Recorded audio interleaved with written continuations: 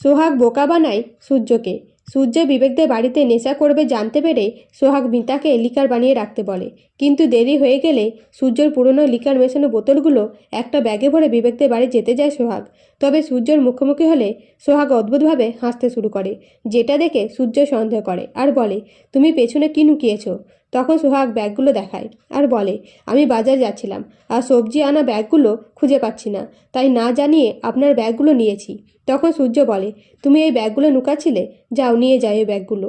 এরপরে সোহাগ বিবেকদের বাড়ি যেয়ে লিকার মেশানো বোতলগুলো রেখে দেয় এবং নতুন বোতলগুলো সরিয়ে দেয় আর বিবেককে বলে, জামাইবাবুকে সত্যিই নেশা করাতে হবে, কিন্তু কিভাবে করাবে? তখন বিবেক বলে, সূর্যের চোখের আড়ালে আমি ঠিক আসল অ্যালকোহল জামাইবাবুকে খাইয়ে দেব।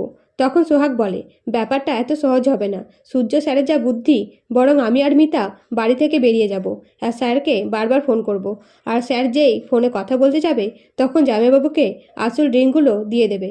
এরপরে সূর্য বিবেকদের বাড়িতে আসতেই সোহাগ পেছনে দরজা দিয়ে পালাতেই যায়, কিন্তু সোহাগ নিজের ব্যাগ বাড়িতে ভুলে গেলে সোহাগ পরিকল্পনা বদলে ফেলে আর বিবেককে বলে, স্যার যখন আমাদের দেখে নিয়েছে তখন আমি একটা অজুহাতে স্যারকে অন্যদিকে ডেকে নিয়ে যাব, সেই সুযোগটাকে কাজে লাগাবে। এইদিকে সূর্য নতুন বোতল থেকে ড্রিঙ্ক করে আর বলে, সে একই রকম স্বাদ, এটা খেয়ে নেশা হচ্ছে না। তখন রান্নাঘর থেকে সূর্যকে ডাকে সোহাগ আর বলে, স্যার তাড়াতাড়ি আসুন। তখন সূর্য বাধ্য হয়ে সোহাগের কাছে যেতেই বিবেক সার্থককে সত্যি করে নেশা করিয়ে দেয় এবং সূর্য ফিরে এসে সার্থকের নেশা হয়েছে দেখে বলে, ড্রিঙ্কে প্রবলেম নেই। এদিকে সার্থক বেশি নেশাগ্রস্ত হয়ে পড়লে সূর্য সার্থককে নিয়ে বাড়ি ফিরে।